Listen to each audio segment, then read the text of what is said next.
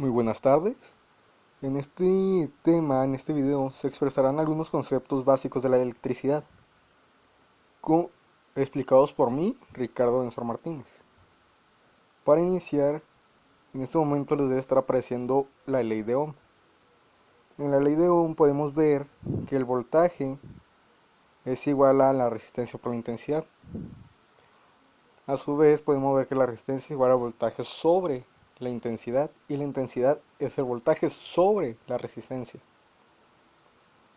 Para esto tenemos que saber qué es cada cosa, qué es el voltaje, qué es la resistencia, qué es la corriente.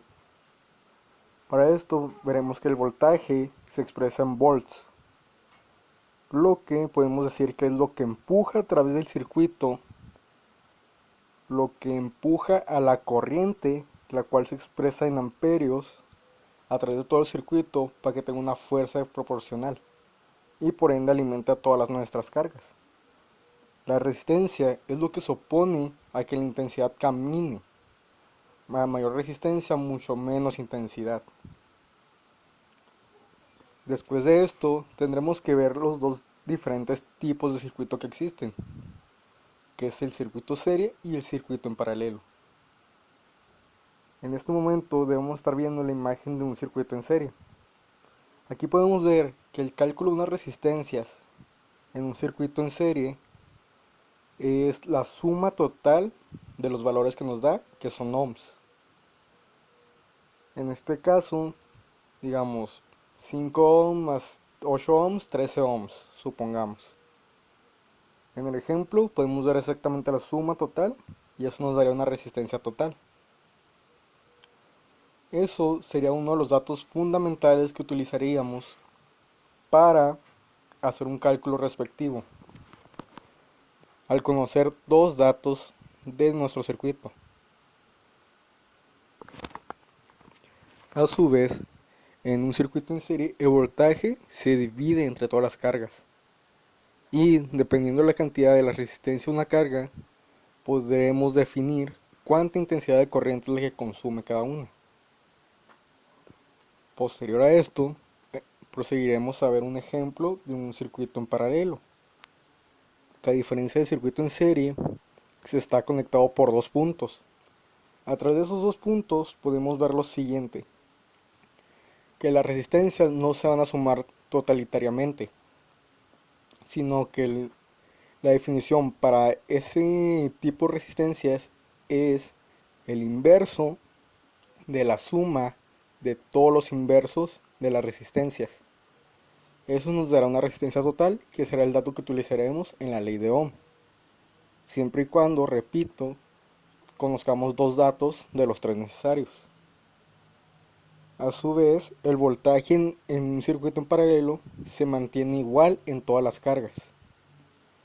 Y la intensidad se debe mantener igual en todas las cargas. Una vez ya conocidos estos conceptos, podemos ver un ejemplo un poco más elaborado de lo que vendría siendo un circuito en serie.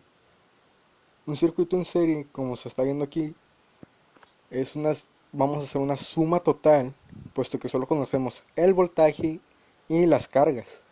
Entonces, si queremos saber cuál es la intensidad total que transita a través de ese circuito, tenemos que saber la resistencia total. Para eso, sumaremos totalmente todas las cargas, las cuales nos dará un resultado de 300 ohms y que posteriormente aplicaremos ley de Ohm para conocer la intensidad, como se muestra a continuación. Como podemos ver aquí, ya el circuito está resuelto. Ya se expresa la suma total de todas las cargas y la intensidad que se posee. Ese es un ejemplo un poco más elaborado y un ejemplo como se puede expresar de un circuito en paralelo, como ya vimos en la imagen anterior donde expliqué este circuito, es exactamente lo mismo. Aplicamos inversos de todas nuestras cargas, las sumamos y el resultado le volvemos a meter inverso y nos dará una resistencia total.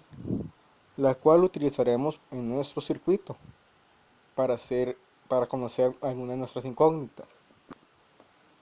En dado caso de que, que solamente se posea voltaje o intensidad, se podría calcular la resistencia. O viceversa, si se conoce la intensidad y la resistencia, se puede conocer perfectamente el voltaje.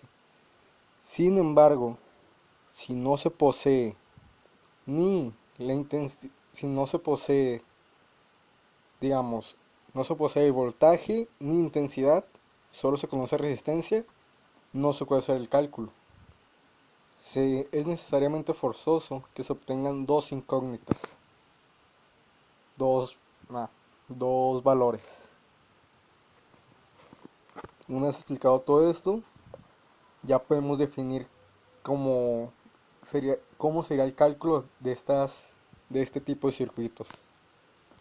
Sin más por agregar, yo me despido. Muchas gracias por su atención y hasta pronto.